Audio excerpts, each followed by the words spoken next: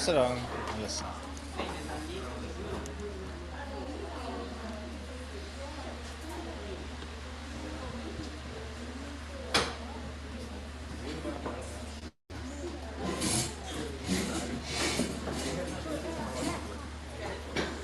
Hi, good afternoon, everyone.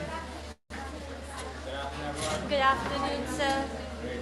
Right now we're streaming live on YouTube, and the reason we're doing this is because today is World Real Law Day.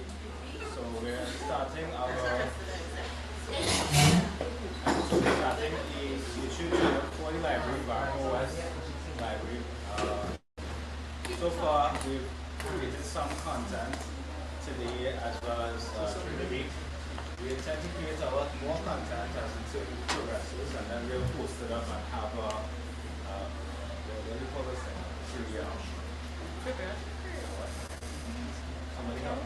No, like when we're going to launch a movie, we're just A premiere. a premiere, yeah, we have a premiere for the Barrackpore West Library YouTube channel, right? So all this is in the making. You're in the foundation stage. So you guys are the founding fathers and mothers, right? So of your school library. And today we're gonna welcome back our librarian, Miss Lindy, and she is going to read aloud for us. You have to start library. Well, yeah.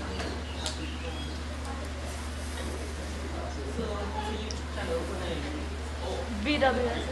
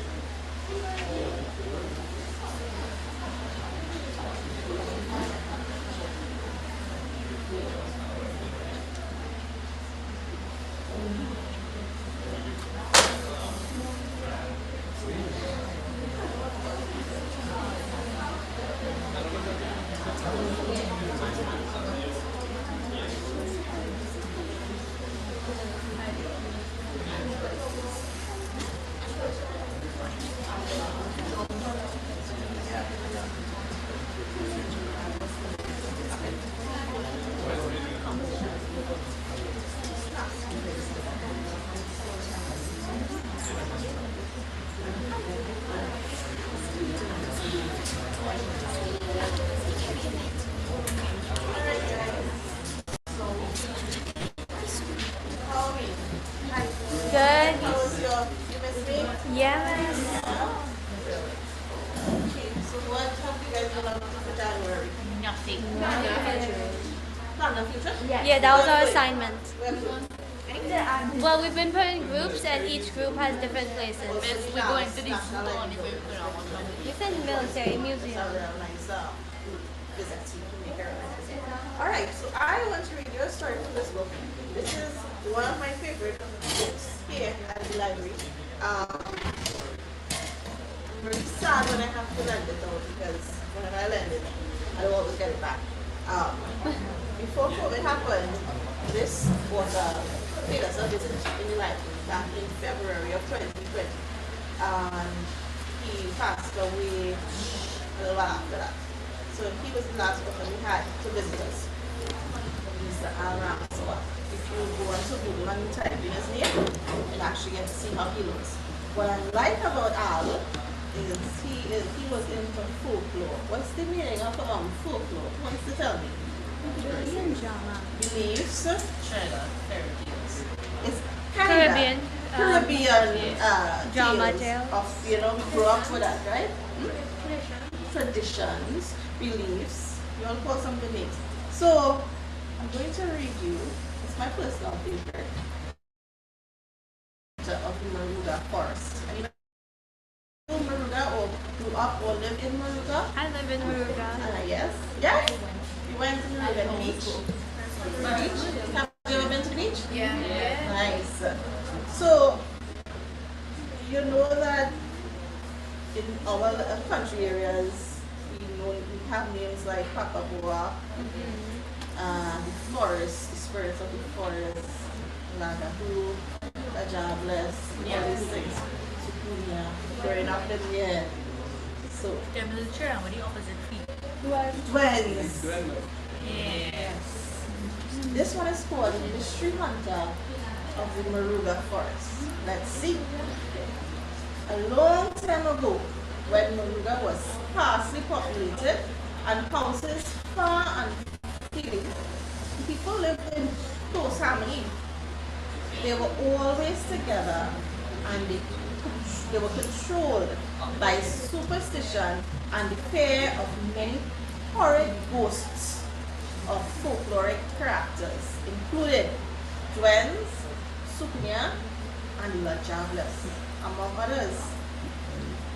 Edward Trace, located in St. Mary's Village, actually it's not St. Mary's Village, it's different in Moruga. It was a road.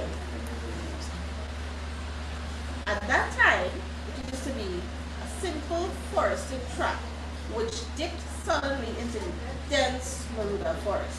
So you're going to Edward Trace to access the forest. The old folks of St. Mary's, living near Edward Trace, used to see that forest as the doorway to their wild meat supplies and firewood from the jungle. A short distance into the track was a lonely carrot hut. One day, probably in the 19th century, a thin smoke rose out of the little detached kitchen. You know, long time the kitchen used to be outside the house. And the rich smell of Creole coffee was coming out from the kitchen. Papa Zanda poked his head out of the little window in the kitchen. He saw two men coming down the track, geared up for hunting, carrying shotguns. Papa Zanda called out to the hunters, "Oi, senors, while they come to take a good drink of a Creole coffee before they want to go to the bush, it is make real cold inside our forest. This coffee will warm all you up. Well, it's by yourself we come in, boys, Zanda. We're glad we catch you home," Boy Blue shouted. The other one was nicknamed Mustache for obvious reasons. The men entered the little kitchen where the haze of wood smoke seeped into the aroma of homemade coffee. Anybody like to drink coffee here? Yeah. Homemade boiled coffee, Hongwing, No, I milk Starbucks.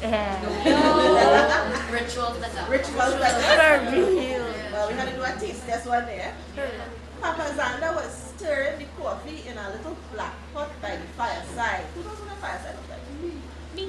Yeah, sorry. Stirring coffee on the fireside. Or let's sit down on them old soapbox there. I'm going to take out some coffee for you and then we go talk. Shortly after, they sipped the hot coffee from shiny old milk cans and tins as they chatted. Mustache was blowing vigorously at the coffee, and he commented, "Boy, Zanda, all your cocoa pile people could really make good coffee, boy." And then they just call it Creole coffee. But that's something else, eh? We hear that you is the best hunter man in the Moruga forest. I feel it's time you teach me the formula or the trick. They used to call it a sepi. I feel it's time you teach me the sepi, how you just really catch so much wild beasts without any gun. It's like you just go in the forest, take out a booty, take out lap, take out wild hog, and then go by Trace Junction and sell it. Who knows where Trace Junction is? You pass in there to go home if you're living further into Moruga. Boy Blue was adjusting his position in the box and he tilted back his hat and said, "Yes, boy Zanda, you did real puzzle me because we went in the bush with big guns and you still catching all the beasts on them. It's time you teach me some sepi."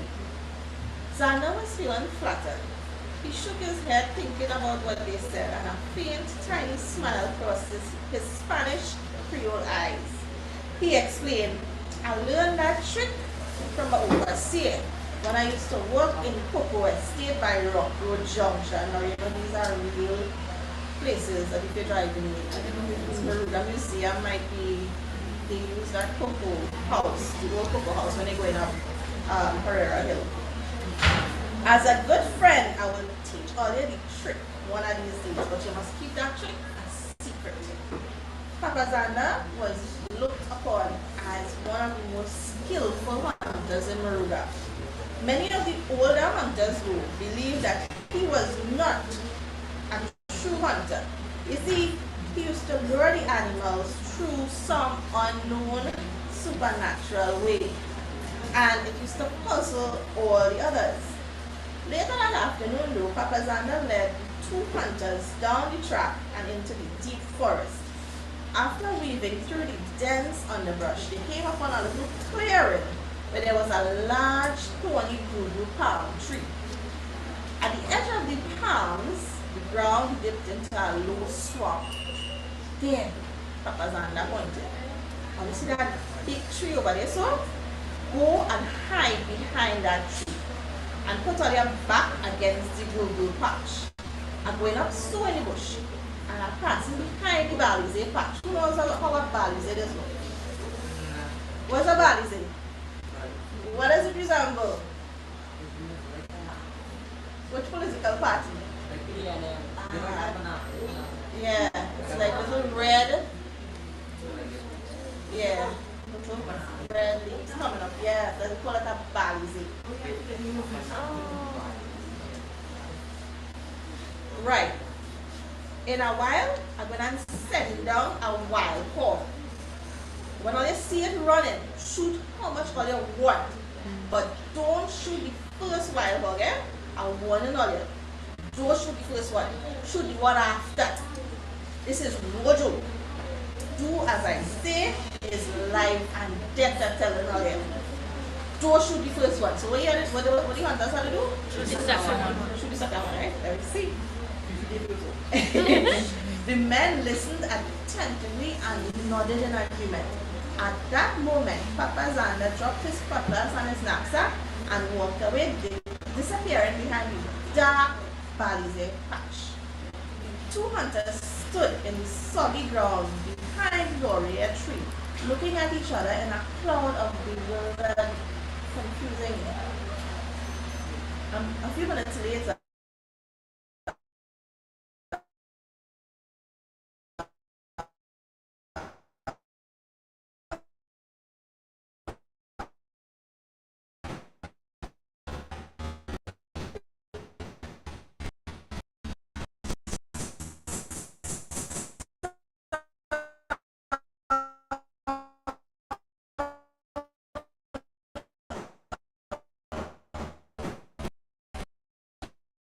Russian host was sounding.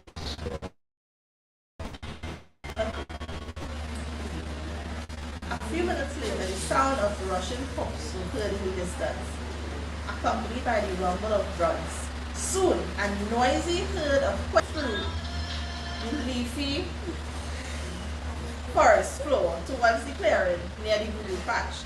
Aroused and anxious, the hunters stood on alert and set to shoot. The quank who was leading while hog in the front appeared in a run from behind the balize patch. In anxiety, Mustache was so excited, he shot his first animal. Boy Blue froze in horror as the wild hog screamed in pain with a human voice. Mustache stumbled back in surprise and fear when the animal's hat, the animal was wearing a hat, fell onto the ground. The other wild hogs, scared by the loud explosion, broke up the herd and scattered in different directions. Silence and fear gripped the both hunters as they stared at each other in mutual bewilderment. Papa Zander approached them, limping back to them with a splatter of blood on his pants leg. He took his hat from the ground and shaking a finger at them, he cried, "Man, and I tell all them, don't shoot the first wild hog that passed. Look what they do to me now. Only nearly kill a man." Boy Blue was holding his hat to his head and exclaimed, "Oh God, Papa Zander. So that is how you just catch them wild animals? You just turn to beasts?" Without waiting for a response, the horrified men sprinted through the dark forest towards the village houses, leaving Papa Zander in the wilds. It is true that somebody who practices the occult could transform themselves time to time into shapeshifters, but That is a story for another time. The end.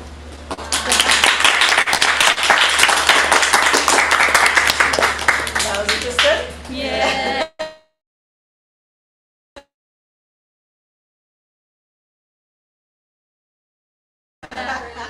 No, I think this is true. I've heard people that they went to hunt in the forest, they saw shapeshifters. I've actually talked